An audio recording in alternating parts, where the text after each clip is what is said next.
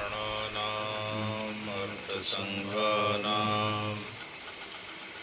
रसानां छन्दसामपि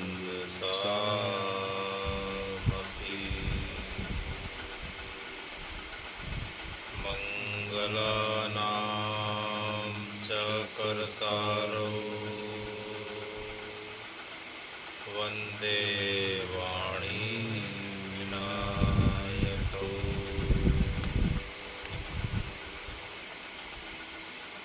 मूकं करोति वाचालं पंगुलंघयते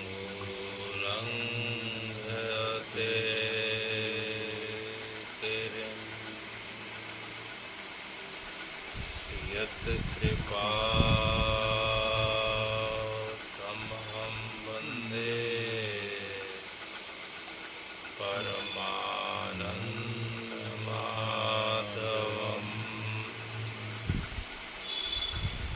राम रामेति रामेति रमे रामे मनोरमे सहस्रनाम तत्तुल्यं श्रीराम नामं वरानने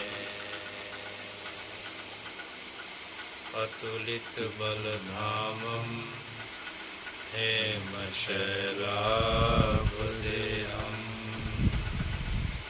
तनुजवन कृशानां ज्ञानिनामग्रगण्यं सकलगुणनिधानां वानराणामधीशं रघुपतिप्रियभक्तं वातजातं नमामि। वंशी विभूषितकरा नवनीतडाबा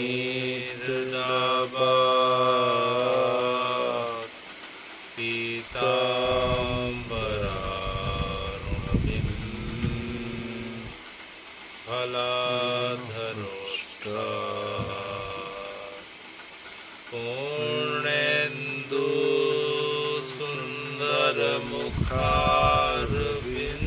सुन्दरमुखारविन्दनेत्रा कृष्णा परं किमपि तत्त्वम् अहं न जाने कृष्णा परं किमपि तत्त्वम् अहं न जाने भगवान् अपिता रात्रि भगवान् अपिता रात्रि शरदेन्दुफुल्मल्लिका वीक्षरन्तुं मनश्चक्रे वीक्षरन्तुं मनश्चक्रे योगमायामुपाश्रिता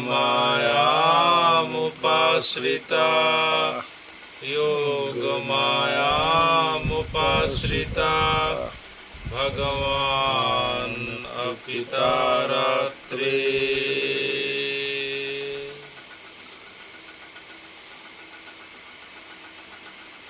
हे भगवान, जिस प्रकार से इस धराधाम में सनातन की परंपरा में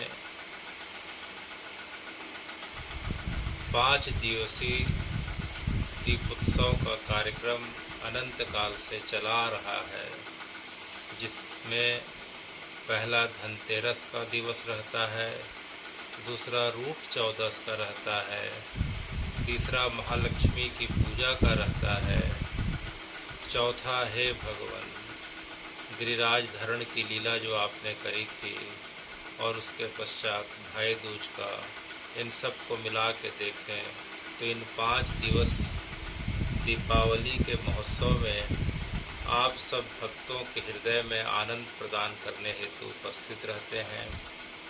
इसी क्रम में एक बार युधिष्ठिर जी ने भीष्म पितामह से पूछा, जब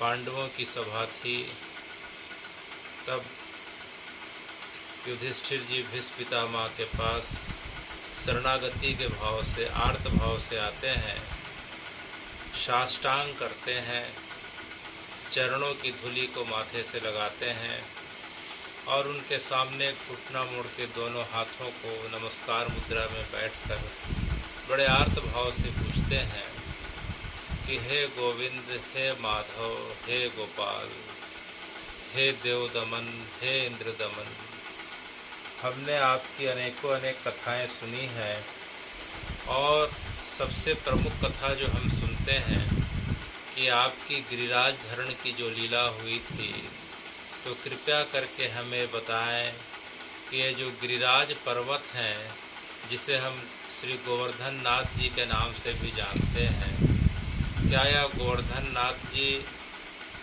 ब्रजमंडल में जब से सृष्टि है तब से विद्यमान है? इनकी उत्पत्ति की कथा क्या है और आपको अत्यधिक और श्री जी को अर्थात राधा रानी को अत्यंत प्रिय क्यों है, और इसमें आपकी लीला स्थली की जगह कौन कौन सी है, या हम सब भाइयों को जानने की अत्यंत उत्सुकता हो रही है। तो भगवान ने देखा कि जो है युधिष्ठिर भीष्म पितामह के माध्यम से उनकी लीलाओं को जानना चाहते हैं, गिरिराज जी की उत्पत्ति के बारे में और उन लीला स्थलियों के बारे में जानने की उत्सुकता है। तो भगवान स्वयं भीष्म पितामह की जिह्वा पे विराजमान हो जाते हैं और भीष्म पितामह को सुनाते हैं कि युधिष्ठिर, तुम बड़े ध्यान लगा के सुनो, और अर्जुन, नकुल, सहदेव, भीम जितने भी हो तुम लोग भी पास आ जाओ और बड़े ध्यान लगा के सुनो। मैं गिरिराज जी की उत्पत्ति की कथा तुम्हें सुनाने जा रहा हूँ। किसकी कथा? गिरिराज जी की उत्पत्ति। श्री गिरिराज जी की उत्पत्ति की कथा। तो हे भगवान, जब भगवान गोलोक में निवास करते हैं और जब उन्हें ब्रह्मा जी के द्वारा यह स्मरण दिलाया जाता है कि हे गोविंद, हे माधव, कुछ समय के पश्चात आपको लीला धारण करने के लिए आपका एक लीला अवतार होने वाला है जो जगत में कृष्ण के रूप में विख्यात होगा, तो आपको कुछ समय के पश्चात गोलोक को छोड़ के आपको जो है पृथ्वी पे जाना है, मनुष्य लोक में, मृत्यु लोक में जाना है। यह सुन के कृष्ण सबसे पहले श्री राधा रानी के पास जाते हैं और उन्हें लीला के बारे में बताते हैं कि हे श्री जी, कुछ समय के पश्चात हम दोनों की लीला मृत्यु लोक में होने वाली है, हमें गोलोक को छोड़ना होगा। यह सुन के श्री जी उदास हो जाती हैं। भगवान उनसे उदासी का कारण पूछते हैं तो श्री जी कहती हैं कि हे भगवान, हे गोविंद, मैं पूरे ब्रह्मांड में आप जहाँ भेजेंगे वहाँ चले जाऊँगी, आपके आदेश का अक्षरशः पालन करूँगी, आपकी आज्ञा का। लेकिन हे गोविंद, मेरी एक ही शर्त है। बोले क्या शर्त है श्री जी?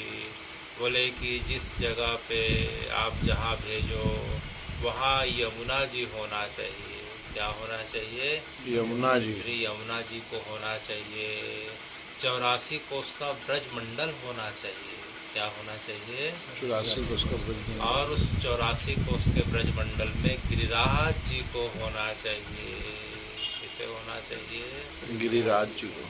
तो हे भगवान, यमुना जी, ब्रजमंडल और गिरिराज जी के बिना मैं तो कहीं भी जाने में समर्थ नहीं हूँ। आप कृपा करें, आप कृपा करें। तब भगवान ने अपने गोलोक के हृदय स्थल को अर्थात ब्रजमंडल को 84 कोस के ब्रज को पृथ्वी पे भेजा और ब्रज जो है 84 कोस में आके स्थापित हो जाते हैं। तो यह पूरा का पूरा जो ब्रजमंडल है, जिसे हम वृंदावन के नाम से जानते हैं, और इस पूरे वृंदावन का विस्तार 84 कोस का है। कितने कोस का है? 84। जिस शहर को हम देखते हैं वृंदावन, ऐसे 5 वृंदावन बताए गए हैं। हम इसको आने वाले समय में सुनेंगे। तो जिस जगह पे भगवान की लीला हुई थी, यमुना जी के किनारे, वो लीला वृंदावन है। भरतपुर में कामा नाम की जगह पे उसे आदि वृंदावन कहते हैं। तो यह पूरा 84 कोस का ब्रजमंडल ही वृंदावन कहलाता है। इसके अंतर्गत गोकुल आते हैं, बरसाना आते हैं, नंदगांव आते हैं, अनेक गांव आते हैं। लेकिन मूलतः यह पूरा का पूरा ब्रजमंडल ही वृंदावन कहलाता है, जिसमें भगवान की 11 वर्ष 11 महीने 11 दिन तक की लीला हुई थी। तो हे भगवान, जब भगवान ने श्री जी की बात को सुना तो सबसे पहले किसे भेज दिया? पूरे के पूरे जो है गोकुल, पूरे के पूरे गोलोक से पूरे 84 कोस के ब्रजमंडल को भेज दिया। और वह पृथ्वी के हिस्से से आके जो है स्थापित हो गया।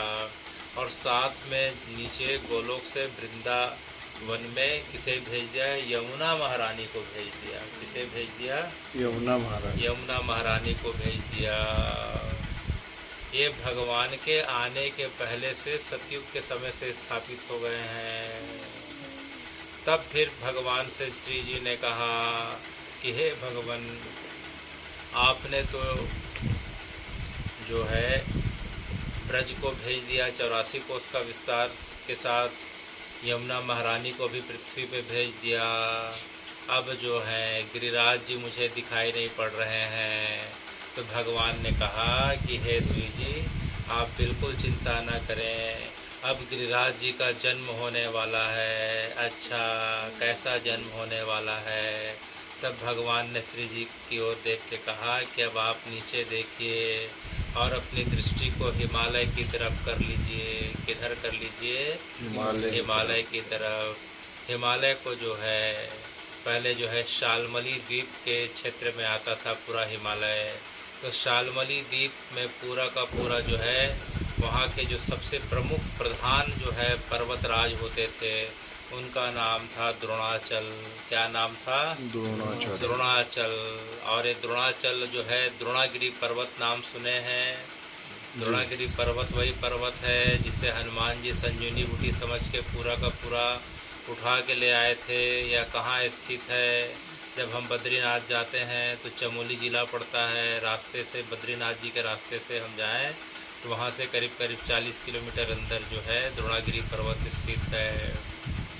तो द्रोणाचल के यहाँ भगवान की प्रेरणा से गिरिराज जी जो हैं पुत्र बन के उत्पन्न हुए। तो जिस प्रकार से द्रोणागिरी पर्वत है, उसके बगल में जो है उनके पुत्र के रूप में कौन स्थापित हो जाते हैं? कौन स्थापित हो गए? गिरिराज जी आके स्थापित हो जाते हैं। इनका नाम देवताओं के द्वारा रखा गया है। जब देवताओं ने सुना कि जो है द्रोणाचल के यहाँ पुत्र का जन्म हुआ है तो सब लोग आते हैं। इसकी 2 व्याख्या होती है, अभी हम सुनने वाले हैं। देखिए, द्रोणागिरी पर्वत अलग हैं और जो है और पर्वत के जो राजा होते थे, जैसे पूरे हिमालय क्षेत्र के राजा को हिमवान कहते हैं और उनकी पत्नी को मेनका कहते हैं, उनके घर पार्वती जी का प्रादुर्भाव हुआ। उसी प्रकार जो है ये द्रोणागिरी क्षेत्र और उसके क्षेत्र में लगने वाले जितने पर्वत पहाड़ थे, उनके राजा का जो उस क्षेत्र के जो राजा वनवासी थे उनका नाम था, क्या नाम था? द्रोणाचल पर्वत जो थे, द्रोणागिरी पर्वत के राजा का नाम, वहाँ जो राज करने वाले जो थे उनका नाम था द्रोणाचल। तो उनके यहाँ पुत्र का जन्म हुआ और देवताओं के द्वारा जो है उस पुत्र की जो है देख के मंगल आशीर्वाद दिया गया और उसका नाम रखा गया, क्या रखा गया उसका नाम? गिरिराज जी। गिरिराज रखा गया, गोवर्धन रखा गया, गिरिराज रखा गया मूल रूप से। और गिरिराज जी जिस तलहटी पे, छोटी सी तलहटी पे जो खेलते थे, वह सभी पर्वतों में सबसे सुंदर पर्वत था।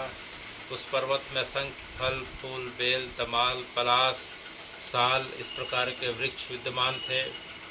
तो एक बार काशी से पुलस्त ऋषि वहाँ पधारते हैं। कौन ऋषि पधारते हैं? पुलस्त ऋषि पधारते हैं। पुलस्त ऋषि पधारते हैं काशी से। और पुलस्त्य ऋषि पधारते हैं। पुलस्त्य ऋषि कौन है? रावण के जो हैं कौन है? दादा हैं। रावण के क्या लगते हैं? दादा लगते हैं। पुलस्त्य ऋषि पधारते हैं और पुलस्त्य ऋषि काशी में रहते थे, वहाँ रह के गंगा जी के किनारे तप करते थे। तो जब पुलस्त्य ऋषि पधारे तो जो है द्रोणाचल की छटा देख के उनका मन विभोर हो गया, और जाके जब गिरिराज जी की छटा देखते हैं, उनके सौंदर्य को देख के उनका मन बड़ा अभिभूत हो जाता है, और उनके मन में इच्छा होती है कि जो है इसे जो है मैं काशी में ले चलूं, क्योंकि काशी में गंगा जी हैं, विश्वनाथ हैं, लेकिन वहाँ ऐसा कोई रमणीय पर्वत नहीं है। इस पर्वतमाला को देख के मेरा मन बड़ा आकृष्ट हो रहा है, ऐसा लग रहा है कि मैं यहीं तप करूं। तो उनके मन में इच्छा हुई कि मैं काशी को छोड़ नहीं सकता, विश्वनाथ को छोड़ नहीं सकता, गंगा जी को छोड़ नहीं सकता, तो क्यों ना मैं इस पर्वत को उठा के ले चलूँ। तो पर्वत को उठाने के लिए जो है उनके पिता के पास अर्थात जो है द्रोणागिरी के पास जाते हैं, द्रोणाचल के पास जाते हैं, और द्रोणाचल को बोलते हैं कि हे द्रोणाचल, मेरा मन तुम्हारे पुत्र में बड़ा आसक्त हो रहा है, मैं उसे अपनी तपस्या के लिए, तप करने के लिए उपयुक्त स्थान दे के गंगा जी के किनारे स्थापित करना चाहता हूँ, तो तुम मुझे जो है अपने पुत्र को प्रदान करो। यह सुन के द्रोणाचल जो है अत्यंत भयभीत हो जाते हैं, क्योंकि उनका अपने पुत्र पे बड़ा स्नेह हुआ करता था, अपने पुत्र को बड़ा चाहते थे। तो उन्होंने कहा कि हे पुलस्त्य ऋषि, आप इसके बदले कुछ भी मांग लीजिए, जो भी धन धान्य वस्तु चाहिए, पशु पक्षी जो भी चाहिए, अन्य पर्वत जो भी बोले, मैं सब देने के लिए तैयार हूँ, लेकिन यह पुत्र मुझे अत्यंत प्रिय है, मैं इसे आपको नहीं दे सकता। तो पुलस्त्य ने कहा कि तुम मुझे नहीं दे सकते तो मैं अपने श्राप से तुम्हें और इस जितने पर्वत हैं सबको मैं भस्म कर दूंगा।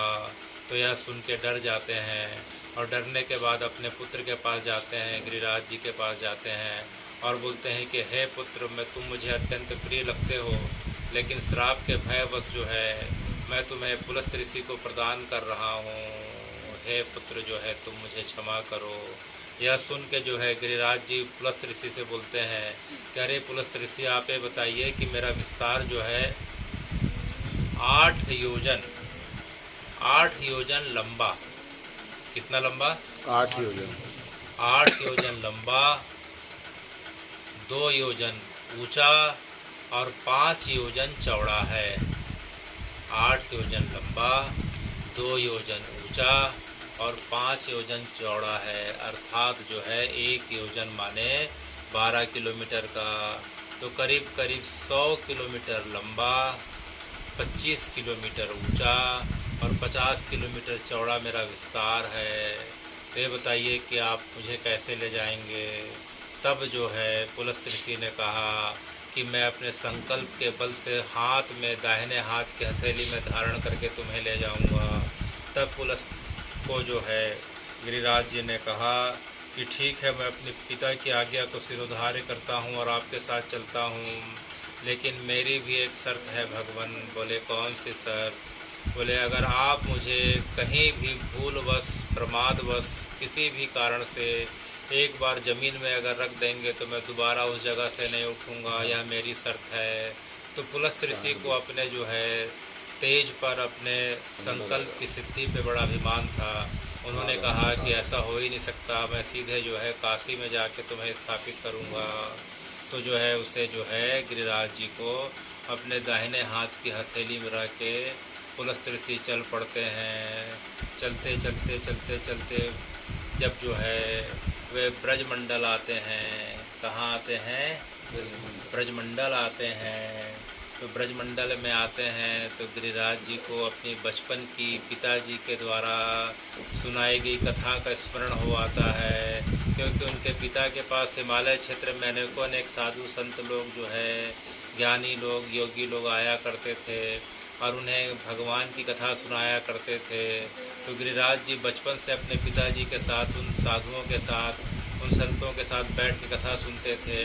तो उन्होंने सुना था कि जो है आने वाले समय में जब द्वापर का युग आएगा, कौन सा युग आएगा? द्वापर का युग आएगा, तो श्री हरि कृष्ण के रूप में अवतरित होंगे, इसी ब्रजमंडल पे अवतरित होंगे, और उन्हें जो है एक पर्वत अत्यंत प्रिय होगा जिसे गिरिराज कहेंगे, और उस पर्वत पे उनकी अनेकों अनेक बाल लीला, दान लीला, मान लीला, अनेकों अनेक लीलाएं होगी, गौचारण की लीला होगी। वे जो है गोपाष्टमी के दिन बाल ग्वाल के रूप में इसी जगह पे आके जो है गौचारण की लीला करेंगे, अपने सखाओं के साथ अनेकों अनेक लीलाओं को भगवान प्रदर्शित करेंगे। तो यह सुन के उनके मन में जो है भगवान को पाने की और उनके लीला को देखने की इच्छा होने लग गई।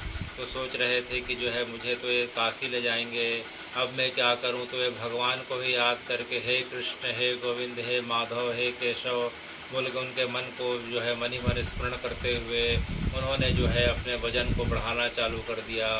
देखते देखते उनका हाथ जो है अत्यंत भारी होने लगा। पुलस्त ऋषि का वो समझ में नहीं आ रहा था कि उनका हाथ इतना क्यों भारी हो रहा है, उनका हाथ वजनी क्यों हो रहा है।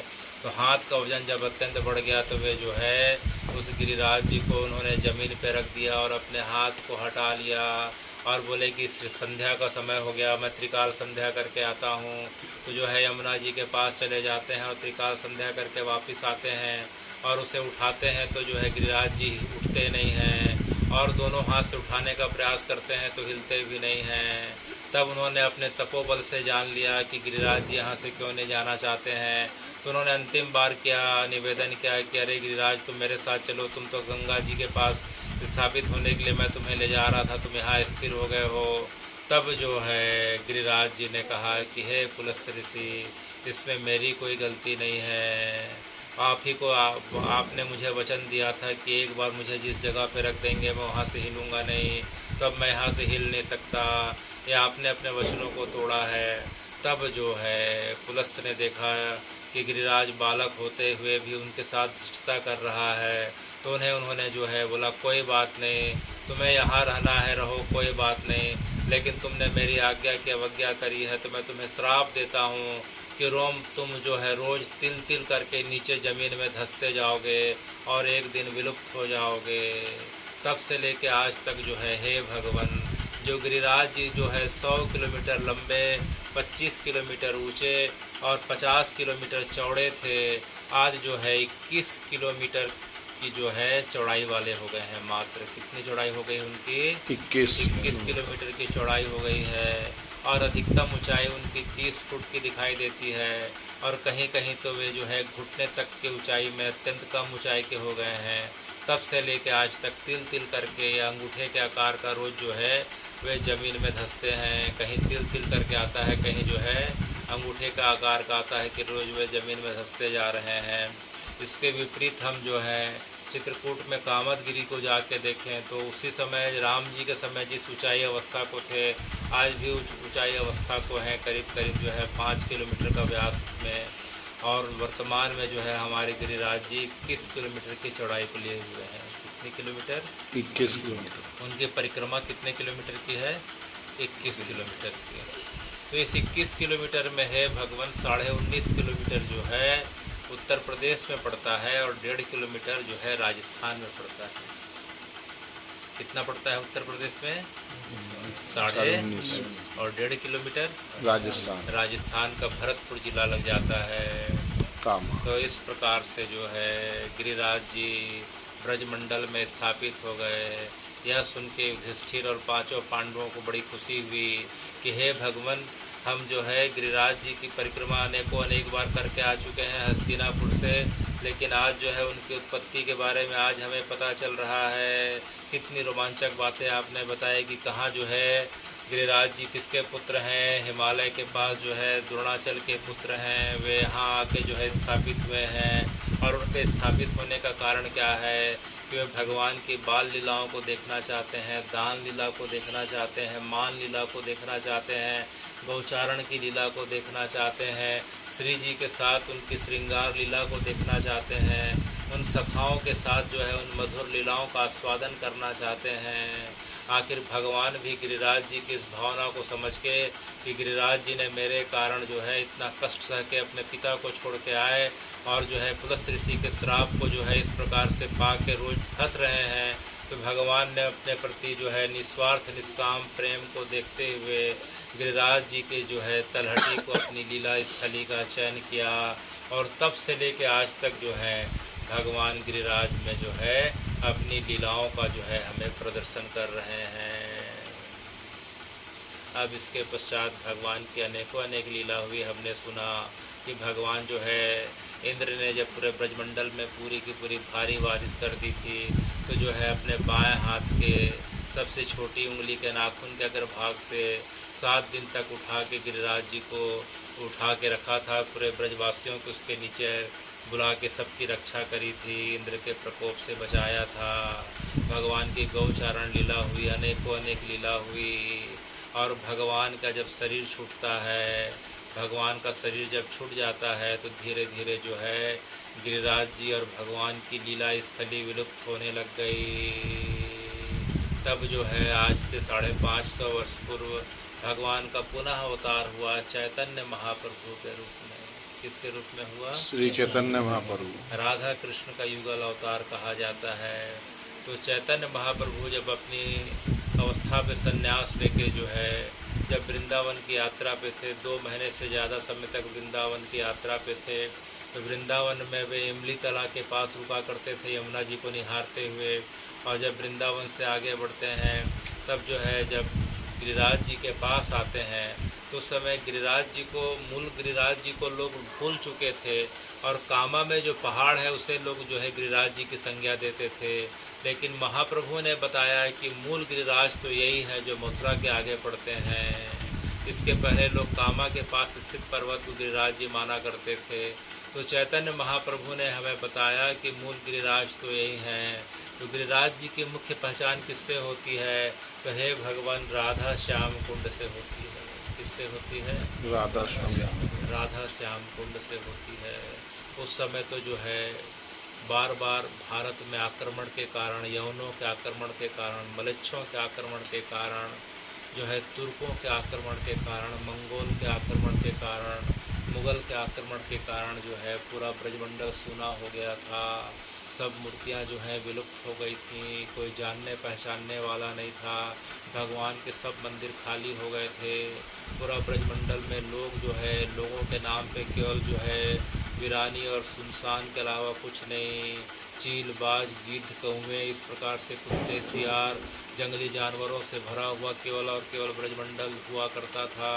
निवास करने वाले लोग कोई नहीं थे। थोड़े बहुत रहते थे लोग तो जो है मथुरा में रहते थे। कुछ ग्रामवासी वनवासी लोग जो है आसपास में जंगल में रहा करते थे। तो चैतन्य महाप्रभु जाते हैं, और जाने के बाद सबसे पहले बताते हैं कि देखो देखो यही जो है मेरा गिरिराज है। यह देख के लोगों के जो है मन में खुशी के अश्रु निकल जाते हैं कि इतने वर्षों के पश्चात आज हमें गिरिराज जी के बारे में पता चला। और चैतन्य महाप्रभु ने सबसे पहले गिरिराज जी की आज से 550 वर्ष पूर्व जो परिक्रमा करी, तब से लेकर आज तक गिरिराज जी की परिक्रमा पुनः जो है विलुप्त हो गई थी, अब जो है पुनः प्रारंभ हो गई। महाप्रभु ने जो है गिरिराज जी का इस प्रकार से अन्वेषण किया और उसकी परिक्रमा करी। और गिरिराज जी की तलहटी में बैठे हुए थे, उन्होंने जो है लोगों से पूछना चालू किया कि अरे तुमने राधा कुंड देखा है क्या? तुमने श्याम कुंड को देखा है क्या? सब बड़े अनभिज्ञ थे, कोई जानते नहीं थे। बोले महाराज यहाँ तो ऐसा कोई कुंड का वर्णन नहीं आता है। यह सुन के उनके मन को बड़ा दुख होने लगा, और जो है देखते देखते वे पास के एक गांव में जाके रुक जाते हैं। उस गांव को अरिट गांव कहते हैं। क्या गांव कहते हैं? अरिट गांव इसलिए कहते हैं, महाप्रभु ने पूछा कि कौन सा गांव पड़ रहा है? तो बोले महाप्रभु यह अरिट गांव है। अच्छा, यह अरिट गांव ऐसा बड़ा अजीब नाम है, यह अरिट गांव क्यों है भैया? तब गांव वालों ने बताया, जो कुछ लोग रहते थे वनवासी लोग, बोले हमने सुना है अपने पूर्वजों से कि इस जगह पे जो है अरिष्टासुर नाम का दैत्य रहा करता था। कौन सा दैत्य? अरिष्टासुर। अरिष्टासुर नाम का दैत्य रहा करता था, उसका गांव होता था, वह कंस का सेवक था। अच्छा, यह सुनते ही महाप्रभु को 5000 साल पुरानी घटनाओं का स्मरण होने लगा कि अच्छा ये अरिष्टासुर का गांव है। बोले हाँ। अच्छा, इसी जगह पे भगवान ने अरिष्टासुर जो है, कंस ने जो है अरिष्टासुर को मारने के लिए हम गोप बालकों को मारने के लिए भेजा था, यह वही जगह है? बोले हाँ भगवान, यह वही जगह है। यह देखते देखते जो है चैतन्य महाप्रभु अपनी समाधि की अवस्था में जाके देखते हैं, अरे यह तो वही गांव है, यह तो वही जगह है जहाँ अरिष्टासुर गाय के बछड़े का रूप लेके आके हम जो है बाल सखाओं के बीच, पूरे गाय बछड़ों के बीच आके मिल गया था। और जो है देखते देखते वह भगवान के सखाओं को जो है पहाड़ी के पीछे ले जाके एक एक करके गुफा में बंद करके अपहरण करके ले जाने लगा था। और उसका यह था कि एक एक करके सबको ले जाऊंगा और गुफा का द्वार बंद कर दूंगा। बच्चे भूख प्यास ऐसे ही मर जाएंगे। जो बच्चे प्रतिरोध करेंगे उसको अपने खुर से पटक पटक के मार डालूंगा। तो भगवान को देख के उस घटनाओं का स्मरण होने लगा चैतन्य महाप्रभु को। अरे अरे, यह तो अरीट गांव और इष्टासुर का गांव है। यह बछड़ा बन के आया था, मेरे गोप सखाओं का जो है अपहरण करके छुपा रहा था, सबको मारना चाह रहा था। देखते देखते बहुत सारे गोप सखा कम हो गए। तो भगवान का एक सखा जो मधुमंगल था वह जोर से चिल्लाया कि भगवान देखो देखो, कृष्ण देखो देखो, यह जो है बछड़े के रूप में कोई दूसरा नहीं, कंस का भेजा हुआ राक्षस है। वह हमारे बाकी साथियों को मारना चाहता है। हमारी रक्षा करो, हमारी रक्षा करो। यह सुन के जो है कृष्ण जाते हैं और जो है कुछ करते नहीं, और देखते देखते जो है उसकी तरफ दौड़ के जाते हैं। तो अरिष्टासुर भगवान को देखते हुए जो है उनके तरफ अपने दोनों सामने के खुरों को, पैरों को बढ़ा के उन्हें जो है रौंदने के लिए दौड़ता हुआ आता है। तो भगवान ने क्या कि अपने दोनों हाथों से उसके सामने के दोनों पैरों को उठाया और इस प्रकार से 3 बार जो है उसे गोल गोल घुमाया और उसे फेंक दिया। और फेंकते ही पहाड़ी के तलहटी में जाके गिर के मर जाता है। तो भगवान को समझ में आ गया कि यह गांव जो है अरिष्टासुर का गांव है। अब एक बात पता चलने वाली है। अच्छा, तो जैसे भगवान ने अरिष्टासुर का उद्धार किया, वहाँ तब तक जो है श्री जी और बाकी ललिता, विशाखा, चित्रा, अष्ट सखियाँ आ गई। सब जो है क्या आ गई? अष्ट सखियाँ आ गई। जब अरिष्टासुर अपना शरीर छोड़ रहा था तो राक्षस के रूप में आ गया था। उसके पहले वह भेष बना के जो है बछड़े के रूप में आया था। तो यह जो है भगवान की जो है सखियों ने देख लिया। और ललिता ने कहा कृष्ण जो है तुम हमारे पास नहीं आना, हमें स्पर्श नहीं करना। बोले क्यों, क्या बात हो गया ललिते? बोले तुमने जो है गोवंश का जो है तुम्हारे ऊपर पाप लग गया है। तुमने जो है गाय के बछड़े का वध किया है। किसका वध किया है? गाय के बछड़े का। तो भगवान ने कहा कि अरे भाई, वो गाय का बछड़ा नहीं था, वह तो जो है अरिष्टासुर नाम का राक्षस था। देखो देखो देखो, अपने मूल रूप में है। तो उन्होंने कहा कोई बात नहीं, भले मूल रूप में राक्षस है, लेकिन जो है तुम्हारे पास और तुम्हारे साथियों के पास तो गाय के बछड़े के रूप में, गोवंश के रूप में आया था कि नहीं आया था? बोले आया था। तो तुमने जो है गोवंश के ऊपर हाथ उठाया कि नहीं उठाया? जब उसको तुमने मारने के लिए जो है दोनों हाथों को उठाया और फेंक के मारा तो बछड़े के रूप में था कि नहीं था? तो था। तो तुम्हें जो है गो हत्या का पाप लग गया है, तुम्हारे पास नहीं आ सकते। आज से तुम हमारी सभा से जो है निकाले जाते हो। यह सुन के कृष्ण जो है बड़े दुखी हो गए। यह देख के जो है विशाखा को दया आ गई।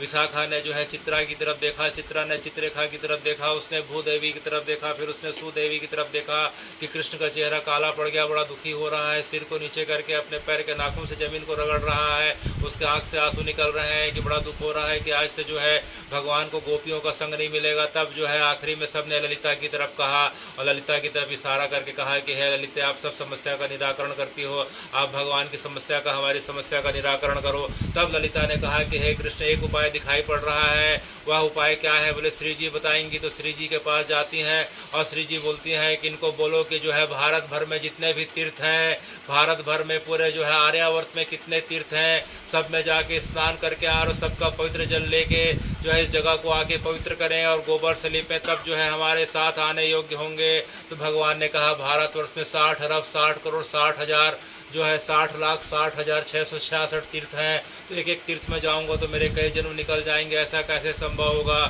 तब श्री जी ने कहा कि इसके अलावा कोई दूसरा उपाय नहीं है। एक एक तीर्थ में जाके तुम स्नान करो, फिर हमारे पास आना शुद्ध होके। तब भगवान के सखा ने कहा, तब भगवान के सखा श्री दामा ने कहा कि भगवान जो है ये बात तो बड़ी बड़ी बड़ी कर रही हैं, लेकिन अकल नाम की चीज़ दिखाई नहीं पड़ रही हैं। आप अपने जो है संकल्प से पूरे तीर्थों को ही प्रकट करिए और देखिए सब तीर्थ यहीं आ जाएंगे। यह करते ही भगवान ने कहा कि मैं कैसे करूं, कैसे प्रकट करूं?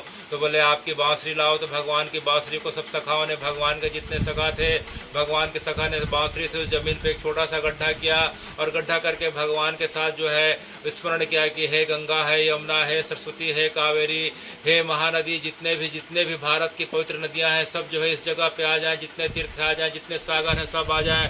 तो भगवान के साथ जैसे उन्होंने इस बात का जो है जोर से संकल्प करके पुकारना चालू किया तो देखते हैं कि गंगा जी की धार प्रकट हो गई, यमुना जी की धार प्रकट हो गई, सरस्वती आ गई, चित्रोत्पला गंगा आ गई, कावेरी आ गई, सतलज आ गई, सब आ गई। देखते देखते पूरे तीर्थों का जल उस जगह पे समा गया और भगवान उस जगह पे स्नान करके शुद्ध हो जाते हैं, उनके सखा भी शुद्ध हो जाते हैं।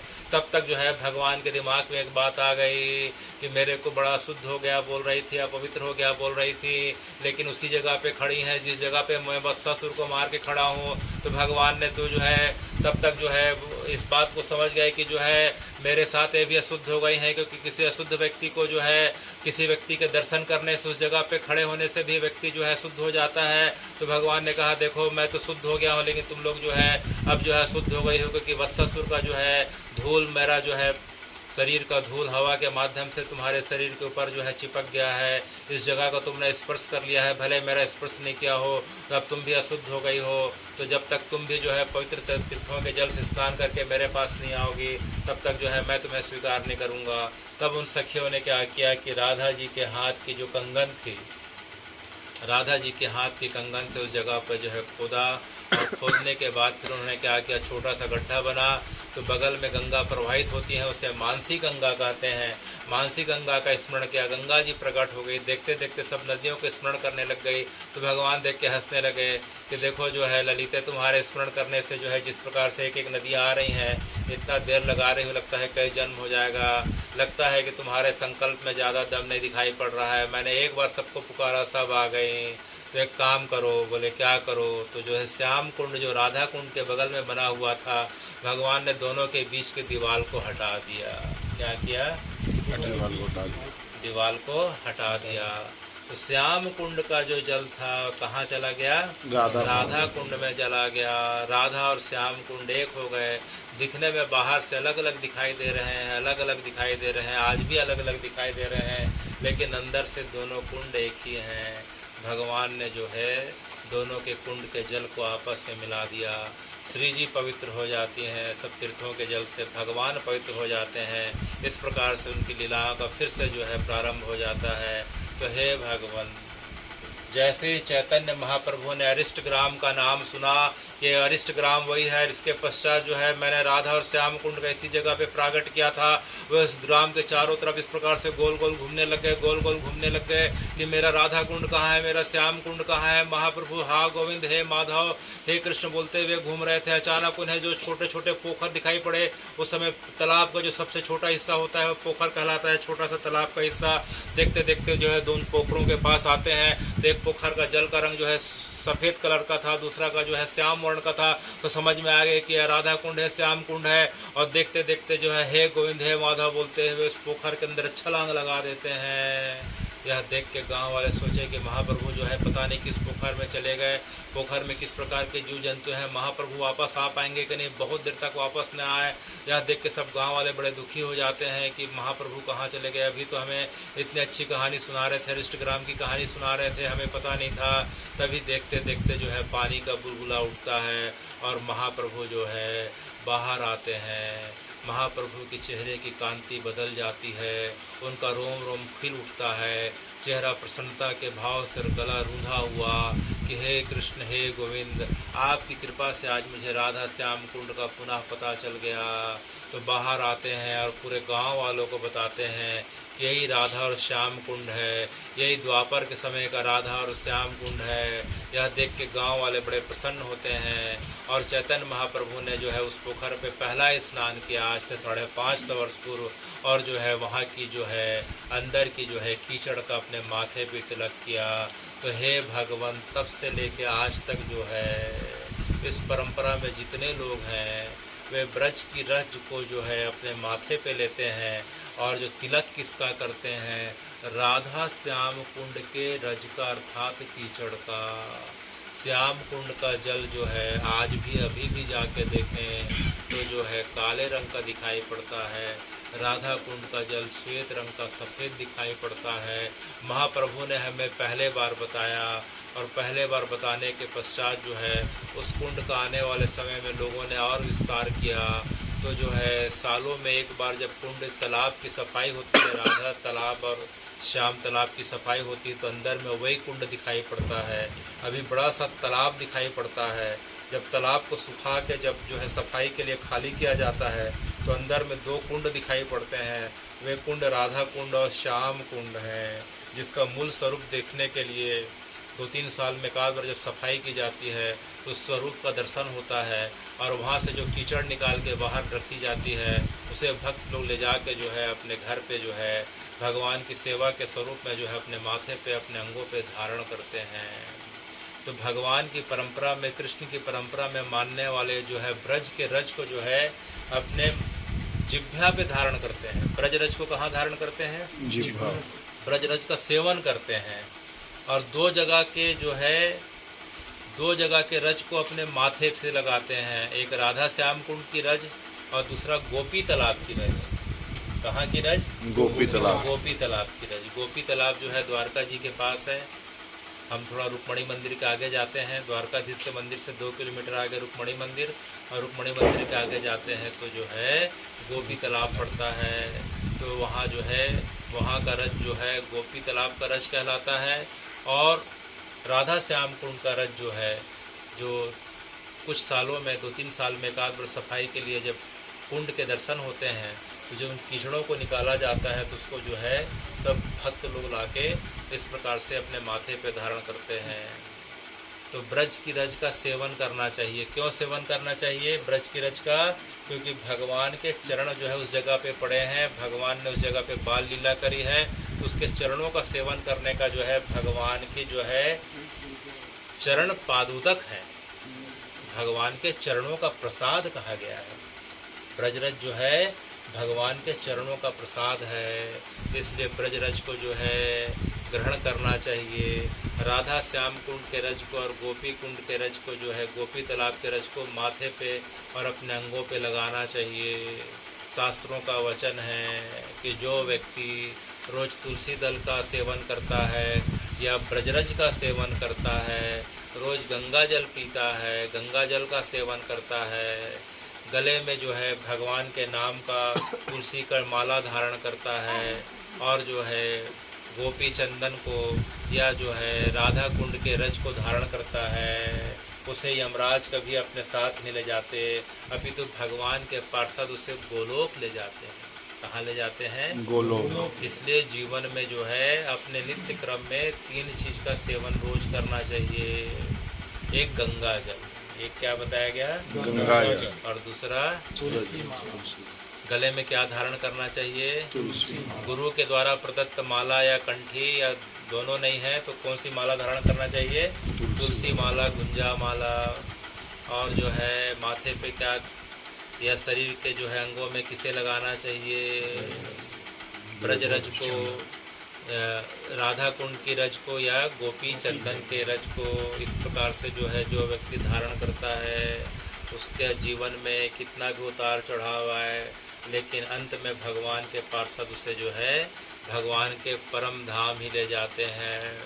तो यार राधा श्याम कुंड की महिमा ऐसी है कि जो है चैतन्य महाप्रभु से जो है चैतन्य महाप्रभु से लोगों ने पूछा कि जो है हे भगवान, राधा श्याम कुंड की महिमा आपने इतनी अच्छी बताई, अब इसके पश्चात इसका देख रेख कौन करेगा?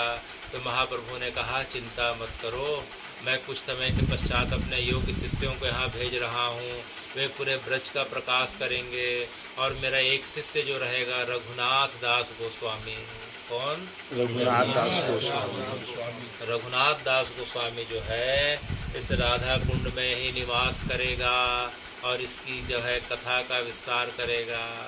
तो महाप्रभु ने अपने आज से 550 वर्ष पूर्व 6 शिष्यों को भेजा, सनातन, रूप, जीव, रघुनाथ दास गोस्वामी, रघुनाथ दास भट्ट और गोपाल कृष्ण भट्ट। इन 6 गोस्वामियों को भेजा, सब अलग अलग जगह रहते थे।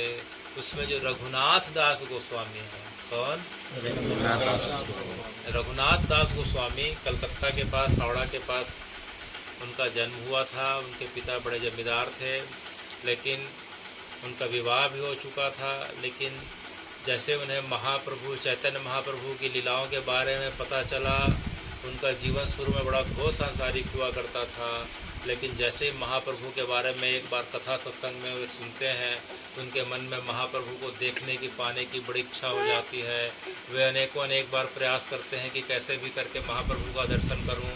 तो एक बार उन्हें पता चलता है कि महाप्रभु के जो सबसे जो है निकट के हैं, जो महाप्रभु जो है नित्यानंद के साथ हमेशा रहते थे। नित्यानंद जी बलराम जी का अवतार हैं। किसके अवतार हैं? बलराम जी के अवतार हैं। तो महाप्रभु के जो है 24 घंटा जो साथ में रहते थे नित्यानंद। तो एक बार कलकत्ता के पास पानी हाटी नाम की जगह है। कौन सी जगह है? पानी हाटी नाम की जगह पे नित्यानंद प्रभु पधारे हुए थे। तो यह समाचार सुन के रघुनाथ दास जी आते हैं और आते ही जो है सीधे उन्हें एक पेड़ के नीचे बैठे रहते हैं नित्यानंद, और उनके चरणों में जो है साष्टांग हो जाते हैं और जो है नित्यानंद प्रभु से जो है बार बार जो है उनसे कृपा की याचना करने लग जाते हैं। तो नित्यानंद ने कहा कि देखो भाई, आज तो बड़ा सुंदर दिन है, तुम एक काम करो, आज जो है पूरे गांव वालों को और महाप्रभु को और उनके सेवकों को आज जो है चूड़ा भात का जो है आज भोग और भंडारा करो। तो जो है रघुनाथ दास ने क्या किया कि जो है उस दिन पूरे गांव वालों को जो है चिवड़ा की प्रसादी सबको कराई। यह देख के नित्यानंद जी अत्यंत प्रसन्न हो जाते हैं और बोलते हैं, बोलो रघुनाथ तुम्हें क्या चाहिए? बोले मुझे एक बार जो है चैतन्य महाप्रभु का दर्शन चाहिए और उनके चरणों की कृपा चाहिए। तो बोले निश्चित रूप से जो है आने वाले समय में तुम महाप्रभु के सबसे जो है प्रिय सेवक के रूप में जाने जाओगे, जगत में तुम्हारी बड़ी ख्याति होगी। तो यह जो है सुन के जो है रघुनाथ दास अत्यंत जो है प्रसन्न हो जाते हैं। इधर इनके पिताजी बिल्कुल नहीं चाहते हैं कि वे घर छोड़ के बाहर जाएं। उनके पिताजी उनके साथ सेवकों को अंगरक्षकों को लगा देते हैं, लेकिन सबको चकमा देते हुए जो है जब उन्हें पता चलता है कि महाप्रभु जगन्नाथपुरी में गंभीरा में पधारे हुए हैं। कहाँ पधारे हुए हैं? गंभीरा में। तो वे महाप्रभु के पास जो है घर वालों को चकमा दे के, अंगरक्षकों को चकमा दे के जो है गंभीरा आ जाते हैं।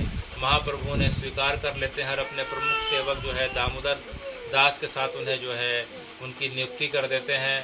तो आखिरी के महाप्रभु के 18 वर्ष रहने का सौभाग्य मिलता है रघुनाथ दास जी को। कितने वर्ष? 18 वर्ष। महाप्रभु के जी के बारे में, जो गंभीरा लीला के बारे में हमने जो भी सुना है और आने वाले समय में जो भी सुनेंगे, जगन्नाथपुरी की जो लीला हुई है महाप्रभु की, जो आदि लीला के बारे में जो हम सुनेंगे, आदि और मध्य लीला का जो सुनेंगे, वो उसमें रघुनाथ दास गोस्वामी जी का ही जो है उसमें विशेष योगदान है कि जो देखते थे वे लिख लेते थे, रोज़ की लीलाओं को देखते थे और लिख लेते थे। उसके पश्चात जब महाप्रभु का शरीर छूटा तो अत्यंत व्यथित हो जाते हैं और एक दिन जो है जगन्नाथपुरी के समुद्र में जाके अपने शरीर को जो है अंत करने का सोच के समुद्र में छलांग लगाने वाले होते हैं कि महाप्रभु का जो है विग्रह प्रकट होता है और महाप्रभु उन्हें बोलते हैं कि अरे रघुनाथ, अभी तो तेरा बहुत समय बाकी है और तुझे तो मेरा बड़ा कार्य करना है। बोले महाप्रभु, मैं तो आपके वियोग में जो है एक क्षण भी नहीं रह सकता, मुझे अपना शरीर समाप्त करने दीजिए। तो महाप्रभु ने कहा नहीं, अभी तुझे तो ब्रज जाना होगा और ब्रज जाके तू वृंदावन में कुछ समय रहना, वहाँ जो है मेरे शिष्य जो है सनातन और रूप का तुझे दर्शन होगा। किसका दर्शन होगा? सनातन और रूप गोस्वामी। और उनसे तू दीक्षा लेने के पश्चात जो है रघुनाथ, तो जो है उनकी आज्ञा से मेरा जो सबसे प्रिय स्थली है। बोले कौन सी स्थली है प्रभु? बोले जो है राधा श्याम कुंड, तू वहाँ चले जाना। कहाँ चले जाना? राधा श्याम कुंड। राधा श्याम कुंड चले जाना और वहीं रह के भजन करना और मेरे बताए जो है लीलाओं का विस्तार करना, लोगों को मार्ग इस प्रकार से प्रदर्शित करना और तेरा शरीर भी वहीं पूरा होगा और मैं तेरे साथ रहूँगा, चिंता मत करना। तो भगवान की आज्ञा पाके जो है रघुनाथ दास गोस्वामी कहाँ जाते हैं? वृंदावन आ जाते हैं। सनातन गोस्वामी से उनकी भेंट होती है, रूप गोस्वामी से भेंट होती है। सनातन गोस्वामी उस समय जो है गिरिराज जी की तलहटी जो है चक्रेश्वर महादेव के पास रहते थे, उनके पास चले जाते हैं। रूप गोस्वामी जो है नंदगांव के पास हम जाके देखते हैं तो जो है कदम टेर है। कौन सी जगह है? कदम टेर में रहा करते थे। तो दोनों से मिलते हैं, दोनों उन्हें मंगल आशीर्वाद प्रदान करते हैं और रघुनाथ दास जी को बोलते हैं कि आप राधा कुंड में रह के जो है भगवान की लीला कथा का विस्तार करो। तो जब से महाप्रभु का शरीर छूटा था तब से उन्होंने अनाज ग्रहण करना छोड़ दिया था रघुनाथ दास जी ने, केवल वे फल और दूध पे रहते थे और देखते देखते जो है वे करीब करीब 60 वर्ष तक वहाँ रहते हैं, 60 वर्षों के आसपास वहाँ रहते हैं।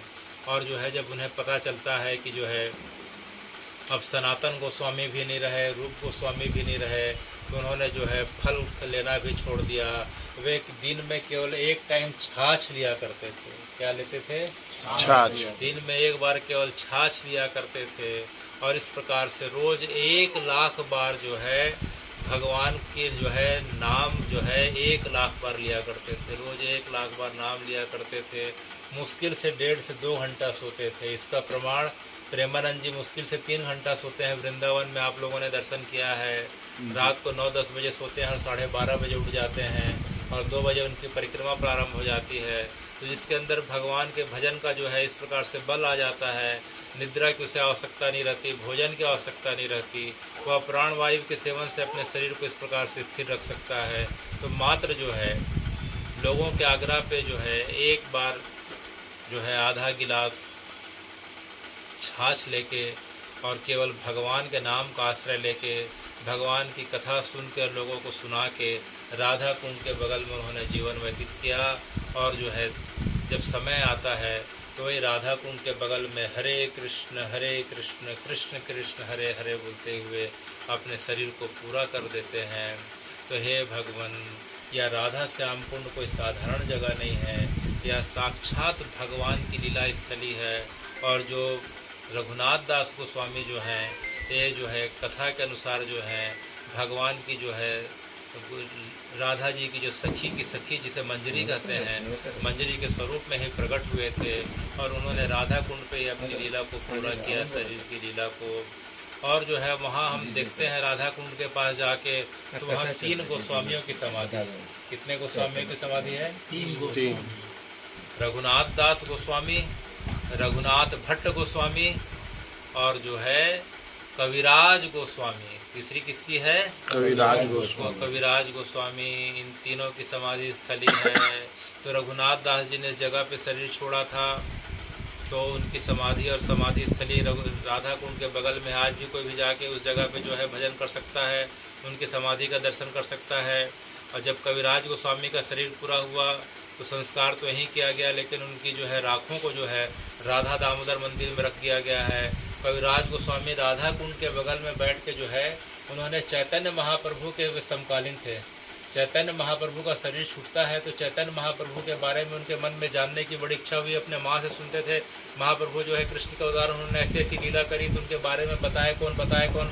तो कलकत्ता से सबसे पूछे, जगन्नाथपुरी आया तो उन्हें पता चला कि महाप्रभु के बारे में सबसे ज़्यादा जो जानते हैं रघुनाथ दास गोस्वामी जानते हैं। आप जो है राधा कुंड चले जाओ, आप जो है वृंदावन चले जाओ तो कविराज गोस्वामी वृंदावन आ जाते हैं। और जो है रघुनाथ दास गोस्वामी की शरणागति को स्वीकार करके रोज सुनते थे।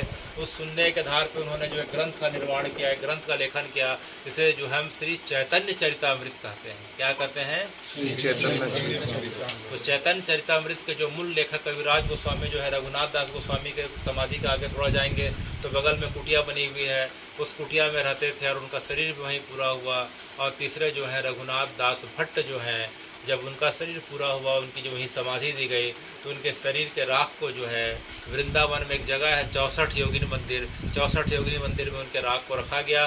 कविराज गोस्वामी के जो है राख को जो है राधा दामोदर मंदिर में रखा गया, लेकिन रघुनाथ गोस्वामी जी पूर्ण रूप से जो है राधा कुंड में ही विराजमान है और हमेशा जो है राधा कुंड की तरफ, राधा श्याम कुंड की तरफ देखते हुए जो है भगवान को निहारते हैं। आज भी जो है भक्तों के द्वारा जो है उनके द्वारा स्पंदित जो है शब्दों को सुना जा सकता है, किस प्रकार से जो है भगवान का नाम लिया थे, जोर जोर से जो है गर्जना किया करते थे। तो राधा कुंड कोई साधारण कुंड नहीं है। इसी महीना जो कार्तिक महीना जो चल रहा है, अभी कार्तिक महीना की कृष्ण पक्ष की जो अष्टमी रहती है जिसे अहोई अष्टमी कहते हैं। कौन सी अष्टमी कहते हैं? अहोई अष्टमी के दिन ही जो है चैतन्य महाप्रभु ने उस राधा कुंड का पुनः प्रागट्य किया था। तो अहोई अष्टमी के दिन जो है राधा श्याम कुंड में बड़ा विशाल मेला लगता है। जितने भी निसंतान दंपति हैं या किसी कारण से जीवन में जो भी इच्छा की कामना करने वाले लोग हैं या भगवान की भक्ति को चाहने वाले लोग हैं, वे जो है अहोई अष्टमी को राधा श्याम कुंड में जाके स्नान करते हैं और भगवान के पवित्र कृपा का पात्र बनते हैं। तो अहोई अष्टमी को संतान अष्टमी या बहुला अष्टमी भी कहते हैं। जो अभी इसी महीने के जो है दीपावली के जो है 3 दिन पहले पड़ी थी, 3 से 4 दिन पहले पड़ी थी, धनतेरस के पहले पड़ी थी। तो उसे जो है हम क्या कहते हैं, अहोई अष्टमी कहते हैं। तो हे भगवान, इस जगह पे राधा श्याम कुंड पे वल्लभाचार्य जी अपनी यात्रा पे पधारे थे। तो इस जगह पे उनकी जो है वहाँ पड़ाव हुआ था, यात्रा का पड़ाव हुआ था, जिसे हम जो है महाप्रभु की बैठक कहते हैं। यहाँ रह के उन्होंने भागवत धर्म का प्रचार किया था, लोगों को जो है वैष्णव धर्म की दीक्षा दी थी। इसके पश्चात वे जो है आगे गिरिराज जी जाते हैं। तो राधा श्याम कुंड कोई साधारण जगह नहीं है, अनेक भक्तों से जो है उनके भक्ति से परिपूर्ण जगह मानी गई है, भक्ति को बढ़ाने वाली जगह मानी गई है। भगवान दोपहर को गिरिराज जी की तलहटी में और जो है राधा कुंड में विश्राम करते हैं। शाम को, रात को, मध्य रात्रि को भगवान जो है निधिवन आ जाते हैं, और बाकी समय दिन में जो है जगन्नाथपुरी मेला के भक्तों को जो है लगातार अपलक निहारते रहते हैं। तो इस प्रकार से भगवान जो है राधा श्याम कुंड जो है गिरिराज जी की परिक्रमा प्रारंभ ही होती है राधा श्याम कुंड के दर्शन से। परिक्रमा अगर जाए तो राधा श्याम कुंड पहले पड़ता है। राधा श्याम कुंड के बाद हे भगवान जो दूसरी जगह दिखाई पड़ रही है, चैतन्य महाप्रभु के पास जब रघुनाथ दास जी जब उनके बाद आए तो रघुनाथ दास जी से लोग पूछते थे कि जो है गोस्वामी जी आप बताएं कि हम गिरिराज जी की कृपा कैसे प्राप्त करें, हम गिरिराज जी की कृपा कैसे प्राप्त करें। जिस कृपा को आपने प्राप्त किया, जिस कृपा को सनातन रूप ने प्राप्त किया, जिसको जीव ने प्राप्त किया, असंख्य भक्तों ने प्राप्त किया। तो उन्होंने कहा कुछ करना नहीं है, बस गिरिराज जी की परिक्रमा करते रहो और साथ में जो है हरे कृष्ण का नाम लेते रहो। अच्छा, तो परिक्रमा करेंगे तो रास्ते में क्या क्या पड़ेगा, क्या क्या दर्शनीय स्थल पड़ेंगे, भगवान की क्या क्या लीला स्थली पड़ेगी। तब जो है रघुनाथ दास ने कहा देखो सबसे पहले तो राधा श्याम कुंड पड़ रहा है। क्या पड़ रहा है? राधा श्याम कुंड में आके स्नान करो, भगवान के पवित्र नाम का स्मरण करो, आचमन करो, तर्पण करो। उसके पश्चात यहाँ की रज को माथे पे लगाओ, पूरे शरीर पे लगाओ, और उसके पश्चात जो है खाली पैर निकल पड़ो। और निकलोगे तो सबसे पहले कुसुम सरोवर पड़ेगा। क्या पड़ेगा? कुसुम सरोवर। कुसुम सरोवर पड़ेगा। हे भगवान, इसका नाम कुसुम सरोवर क्यों है? रघुनाथ दास जी जब जो है इस प्रकार से सत्संग के लिए राधा कुंड के पास बैठते थे तो उनके पास जिज्ञासु भक्त जो है रोज अनेक प्रश्नों को पूछते थे। तो भगवान इस कुसुम सरोवर की कथा क्या है? तो बोले देखो भाई, ये कुसुम सरोवर बड़ा सुंदर सरोवर दिखाई पड़ रहा है। वर्तमान में इसकी लंबाई 450 फीट लंबी और 60 फीट गहरा जो है कुसुम सरोवर है। इतना सुंदर सरोवर का निर्माण जो है राजस्थान में मेवाड़ के राजा सूरजमल ने कराया था, इसका जीर्णोद्धार कराया था। इस समय जो है जाके देखो तो भगवान के समय से यहाँ जो है कुसुम के फूल यहाँ खिला करते थे। किसके फूल? कुसुम के फूल। बाकी फूल भी थे लेकिन कुसुम के फूलों की प्रधानता हुआ करती थी। कुसुम के फूल, जमा के फूल भगवान को अत्यंत पसंद हुआ करते थे। और भगवान के सखी और सखी के जो सखी है जिसे मंजरी कहते हैं, या कुसुम मंजरी का निवास स्थान बताया गया, कुसुम मंजरी की लीला स्थली बताई गई। इस जगह पे भगवान अपने सखाओं के साथ खेलते खेलते आया करते थे। और यहाँ एक बार उन्होंने जो है श्री जी को अपने सखियों के साथ बैठे हुए देखा तो भगवान के हृदय में प्रेम का उद्दीपन हुआ और भगवान ने जो है कुसुम के फूलों को तोड़ के श्री जी की बेड़ी को गूँथा। भगवान ने कुसुम के फूलों को तोड़ के उसकी माला बनाई और श्री जी के गले में और जो है सिर के बालों में बेड़ी बना के उनको जो है गूँथा, बेड़ी को गूँथा कुसुम के फूल से। तब से लेके यह जगह अत्यंत प्रसिद्ध है कुसुम सरोवर के नाम से। आज भी अभी भी जो है श्रृंगार रस के जो भक्त हैं, आज भी कई भक्तों के द्वारा यह स्मरण आता है या दर्शन सुनने को मिलता है कि उन्होंने भगवान को जो है इस प्रकार से श्री जी के इस प्रकार से बालों को कुसुम के फूलों से गूंथते हुए सजाते हुए देखा है। अनेक भक्तों की हम आज भी कथा सुनते हैं, उन्हें जो है लीला स्थली में इस प्रकार की जो है लीलाओं के दर्शन हो रहे हैं। कुसुम सरोवर के हम थोड़ा सा आगे जाते हैं हे भगवान, तो कुसुम सरोवर के थोड़ा सा आगे जाते हैं तो एक जगह दिखाई पड़ रही है, इसे हम नारद वन कहते हैं। क्या कहते हैं? नारद वन। नारद वन कहते हैं। हे रघुनाथ दास जी, नारद जी वृंदावन में क्या कर रहे हैं? तब रघुनाथ दास जी ने हंसते हुए कहा देखो भाई, नारद जी तो मूलतः जो है ज्ञान मार्गी हैं, लेकिन जब उनका ज्ञान जो है उनका ज्ञान वृंदावन में आया। वृंदावन में जब श्री जी का जन्म हुआ, श्री जी आंखें नहीं खोल रही थी तो नारद जी उनके पास जाती हैं और उन्हें जो है भगवान का नाम सुनाती हैं। तो श्री जी ने एक बार नारद जी की ओर देखा और पुनः आँख बंद कर ली। तब से नारद जी के अंदर एक विरह का एक भाव आ गया था, भगवान को दर्शन करने का भाव आ गया था। तो वे इसी जगह पे जो है एक वन है जिसे नारद वन कहते हैं, इसी जगह पे आके बैठ के जो है भगवान के ध्यान में जो है कई युग बीत गए। भगवान को याद करते करते सतयुग बीत गए, त्रेता बीत गए। तो जो है सतयुग जब आखिरी समय आ रहा था तो हिरण्यकश्यप की जो पत्नी थी, हिरण्यकश्यप की पत्नी का नाम क्या था? कयाधु। क्या नाम था? कयाधु। कयाधु जब गर्भावस्था के समय जब प्रहलाद जी उसके पेट में थे तब जो है कयाधु को उसने घर से निकाल दिया था, क्योंकि वे भगवान का नाम का स्मरण करते रहती थी। तो कयाधु जो है भटकते भटकते इसी जंगल पे आई थी और उन्हें नारद जी इसी जगह पे नारद वन पे मिले थे और नारद जी ने उन्हें भगवान की भक्ति का उपदेश दिया था। और कयाधु जो है बचपन से लेके अभी तक और जब गर्भ से लेके जो है आखिरी तक जो है भगवान के नाम का स्मरण करने लग गई। नारद जी से दीक्षा पाके उसकी भक्ति और बढ़ गई। इसी कारण से उसके जो है घर में किसका जन्म होता है? भक्त प्रहलाद का जन्म होता है। तो भक्त प्रहलाद के जन्म का जो मुख्य कारण जो है नारद वन और नारद जी हैं।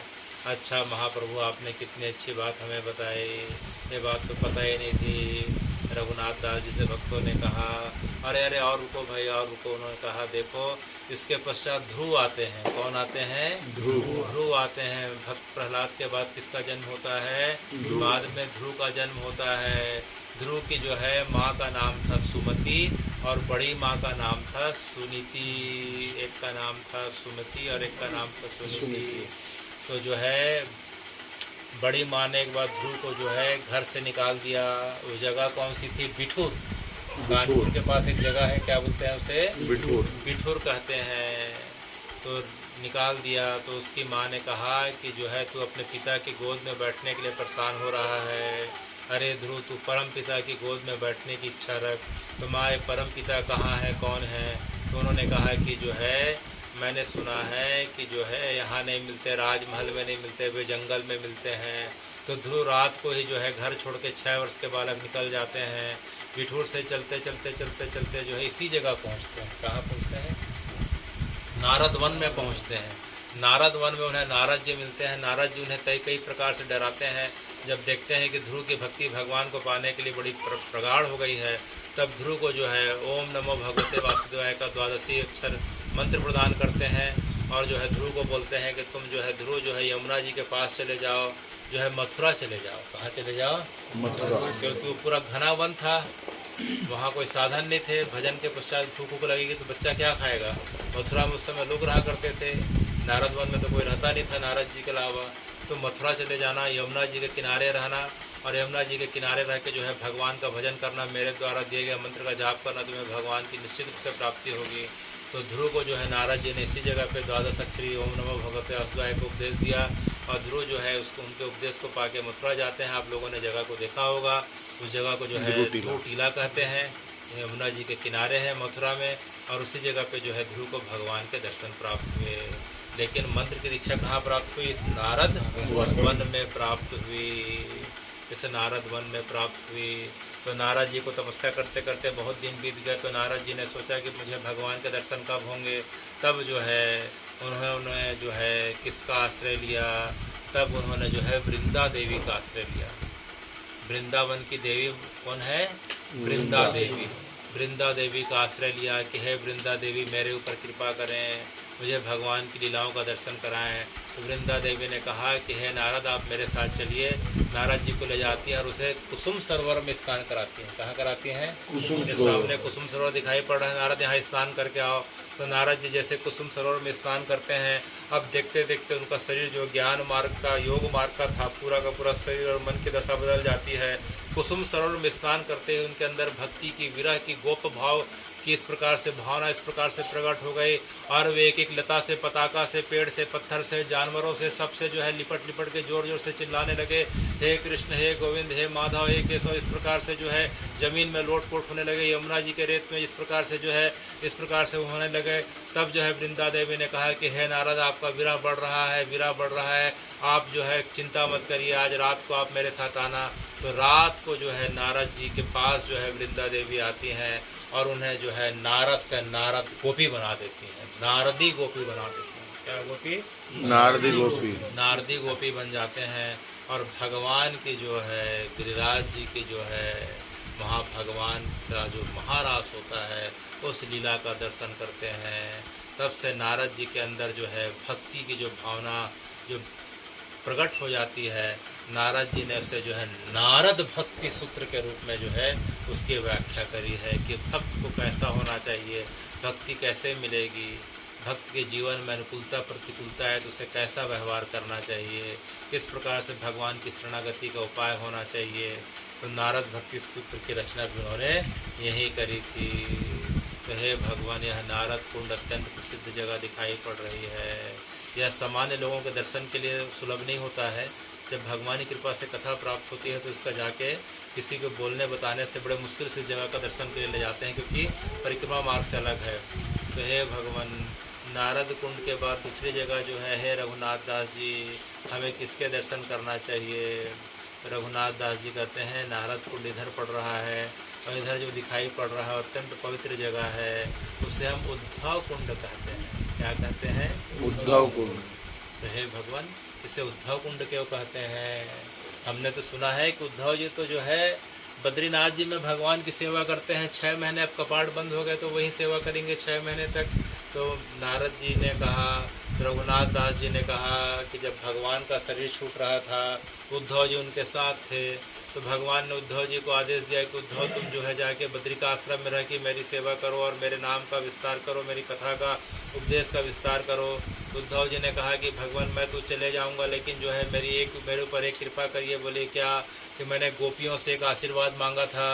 जब जो है गोपियों के पास जब मैं गया था आपके आदेश से, गच्छुद्धव ब्रजम सौम्यम गोपी नाम, तो जो वर्णन आता है कि जब आपकी आज्ञा से जब मैं मथुरा से गोपियों के पास गया था तो वहाँ 4 महीने से ज़्यादा समय रह के गोपी प्रेम को पाया था।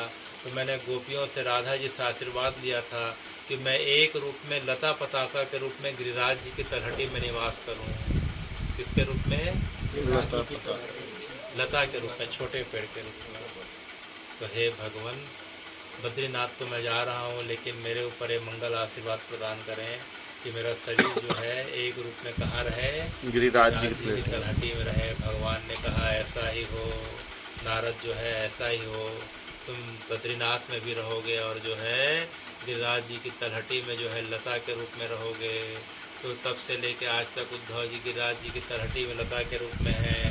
तो भगवान का जब शरीर छूट जाता है तो केवल भगवान के जो प्रपौत्र हैं, उनके पुत्र भगवान के पुत्र हुए प्रद्युम्न, उनके पुत्र हुए अनिरुद्ध, अनिरुद्ध के पुत्र होते हैं ब्रजनाभ। कौन हुए? ब्रजनाभ।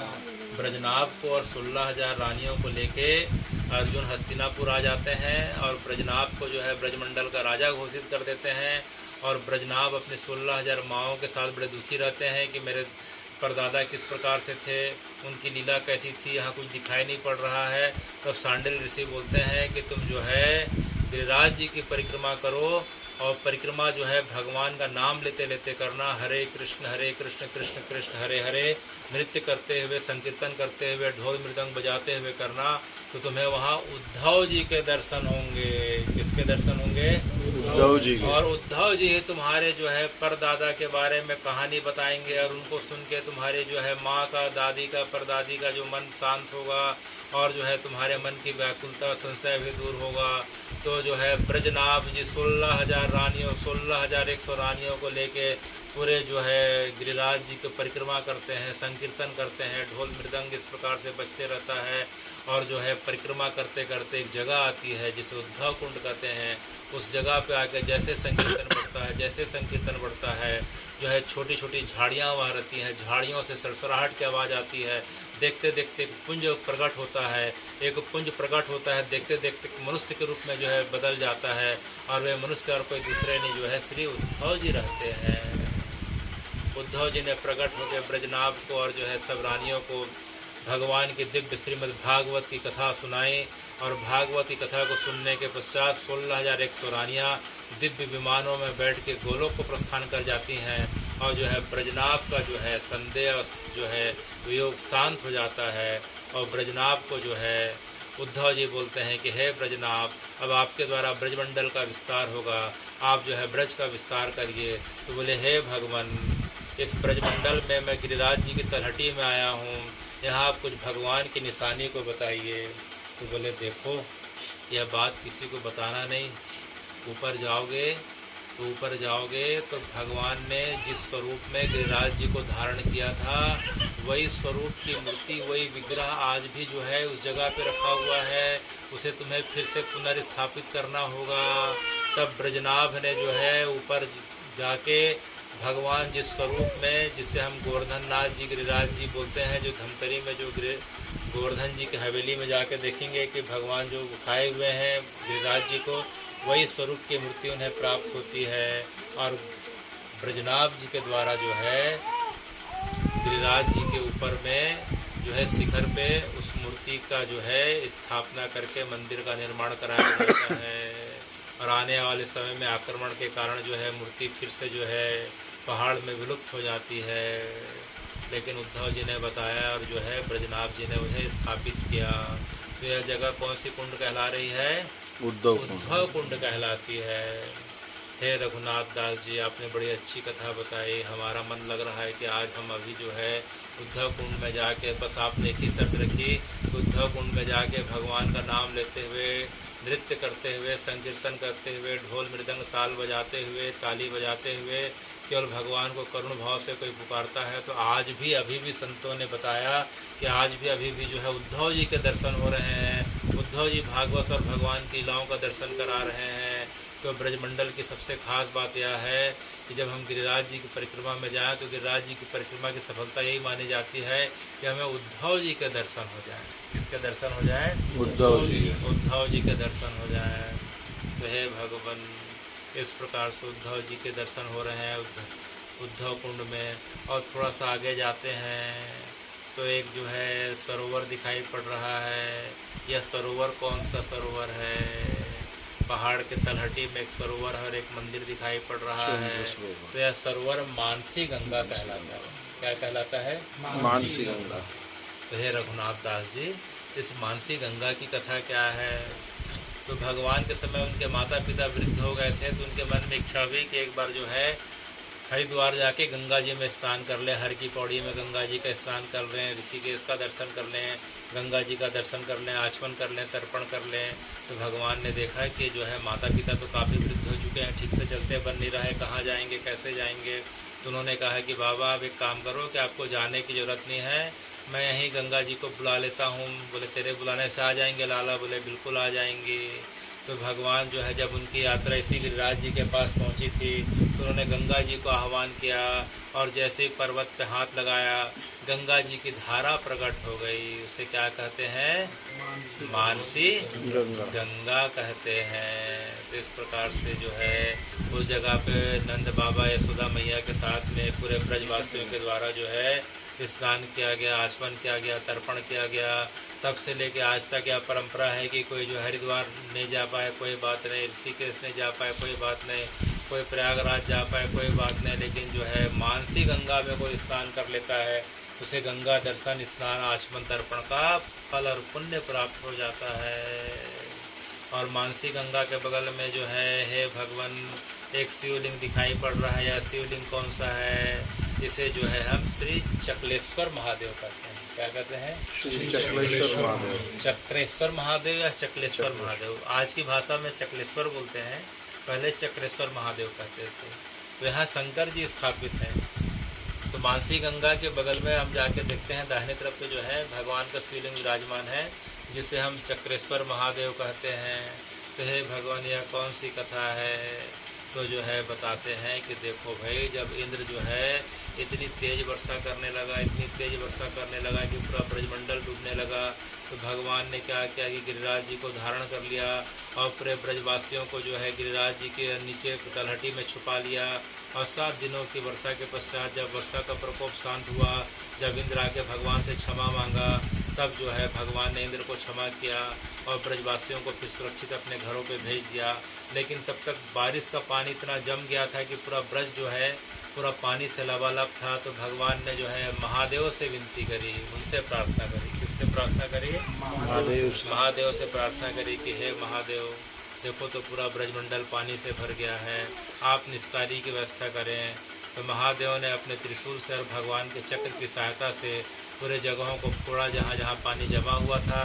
पानी इस प्रकार से निकल के यमुना जी में समा गया और पूरा ब्रजमंडल जो है इस प्रकार से शांत हो गया, सूखा हो गया। तब जो है भगवान जो है अत्यंत प्रसन्न होते हैं महादेव से और उनकी जो है अभिषेक और उनकी जो है रुद्राभिषेक अनेकों प्रकार से स्तुति करने के पश्चात बोलते हैं कि हे महादेव, अभी संकट खत्म नहीं हुआ, आने वाले समय में भक्तों के ऊपर संकट आएगा, ब्रजमंडल के ऊपर संकट आएगा, तो आप अपने एक स्वरूप में यहाँ प्रकट हो जाइए और संकटों से भक्तों को तारते रहिए। तब से लेकर आज तक जो है शंकर जी का महादेव का स्वरूप श्री चकलेश्वर महादेव के रूप में वहाँ विराजित है। अच्छा, अब इसके पश्चात जो है रघुनाथ दास जी, अब कथा का समय भी आज का पूरा हो रहा है और कौन सी जगह दिखाई पड़ रही है? आज की कथा में आधा ही एक जगह और दिखाई पड़ रही है जिसे हम जो है जतिपुरा और गोविंद कुंड कहते हैं। क्या कहते हैं? जतिपुरा गोविंद। जतिपुरा वह जगह है जहाँ भगवान के मुखार बिंद के दर्शन होते हैं। उसे प्राचीन समय में जतिपुरा को यतिपुरा कहते थे। क्या कहते थे?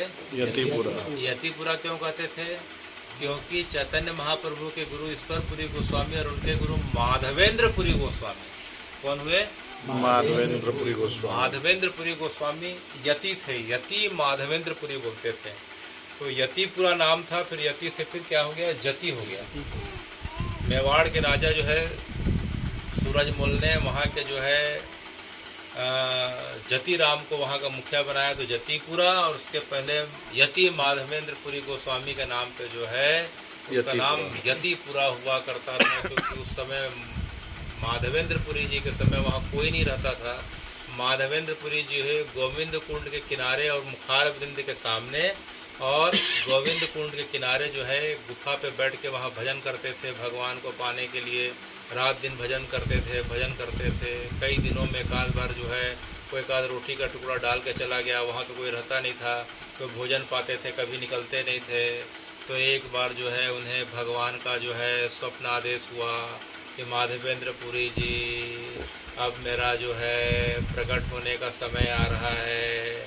अभी मैं आपके सामने जो है मेरा बायां हाथ प्रकट हुआ है और जो है कुछ समय के पश्चात मेरा मुख प्रकट होगा।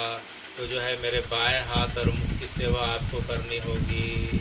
तो उन्हें समझ में नहीं आया कि स्वप्न आया। दूसरे दिन फिर स्वप्न आया, तो तीसरे दिन खड़े हो गए और बोले कि हे भगवान, ये आपका स्वप्न किस प्रकार से है, मुझे समझ में नहीं आ रहा है। तो जो है भगवान उन्हें स्वप्न में आदेश करते हैं कि माधवेंद्रपुरी जी, जिस स्वरूप में मैंने गिरिराज जी को उठाया था इंद्र के प्रकोप से बचाने के लिए, उसी स्वरूप का विग्रह मेरा जो है इसी पहाड़ी पे थोड़ी दूरी पे रखा हुआ है। मैं 5000 वर्षों से जो है ज़मीन पे पहाड़ में दबा हुआ हूँ। अब मुझे भक्तों के लिए प्रकट होना है, तो कुछ सेवा आप करेंगे और कुछ सेवा वल्लभाचार्य जी करेंगे। कुछ सेवा वल्लभाचार्य जी करेंगे। तो प्रभु मेरी क्या सेवा होगी?